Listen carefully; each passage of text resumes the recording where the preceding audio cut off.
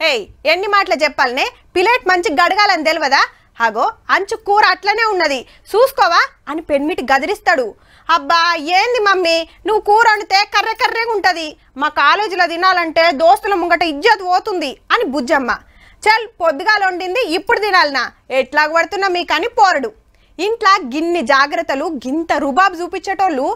బయటికి పోయి మాత్రం ఎట్లున్నా బిర్రుగా తింటారు సోపు టాపు హోటల్ పోయి మనం ఏం తింటున్నామో ఎరికేనా ఫ్రిడ్జ్ లో దాచిన మటను చీకిపోయిన చికెను మరిగి కర్రెగైన నూనె డేర్ దాటిన సరుకులు మురిగిపోయిన కూరగాయలు పురుగు పట్టిన పప్పు ఆలుగడ్డల అల్లము చీమలు పట్టిన బెల్లము మంచిగా కలర్ కోటింగ్ వేసుకొని వస్తే ఊదుకుంటా ఊరించుకుంటా కుమ్ముడే కుమ్ముడు ఈ నడమ 90 హోటళ్లు చెకింగ్ చేస్తే 45 హోటళ్ల తిండి బాగలేదు 27 హోటళ్ల మీద కేసులు అవుతున్నాయి అంటే ఎట్టున్నదో చూడండి మరి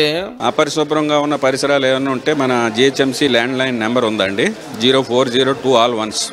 దానికి కంప్లైంట్ చేసిన పట్నంలో 66,000 హోటళ్లు రెస్టారెంట్లు చిన్నవి పెద్దవి ఉన్నాయట రిజిస్టర్ అయినాయి కానీ కూడా బొచ్చడు ఉంటాయి పేరు పోయిన హోటళ్లు సెలబ్రిటీలు తినే రెస్టారెంట్లు పెద్దలు నడుపుతున్న బాలరాల కూడా అధ్వానం ఉందట బయట సోప్ టాప్ ముద్దుగానే ఉన్నది కానీ ఒంటరులకు తొంగి చూస్తే కళ్ళు బయలు గమ్మే అంత నీటుగా ఉన్నాయట మళ్ళా శాంపుల్స్ తీసుకొని టెస్ట్లకు పంపిస్తున్నారు 14 రోజులలో రిపోర్ట్ రాగానే కేసులు రాసుడేనట రిపోర్టును బట్టి 5 లక్షల దాకా కూడా జుర్మానా పడుతుందని చెకింగ్ ఆఫీసర్లు చెప్తున్నమాట మేము వెళ్ళిన దగ్గర బాగోలేదు అనుకోండి ఇమీడియట్ గా కిచెన్ సీజ్ చేసేస్తాం ఫుడ్ స్టే ఆఫ్ చేసేస్తాం మంచిగా ఇంట్లో వండుకొని తినుడు బంద్ చేసి బయట తిండికే మరిగినామంటే హోటల్లో ఫుడ్ బిల్లు దవాఖానలో బెడ్ బిల్లు గ్యారెంటీ పో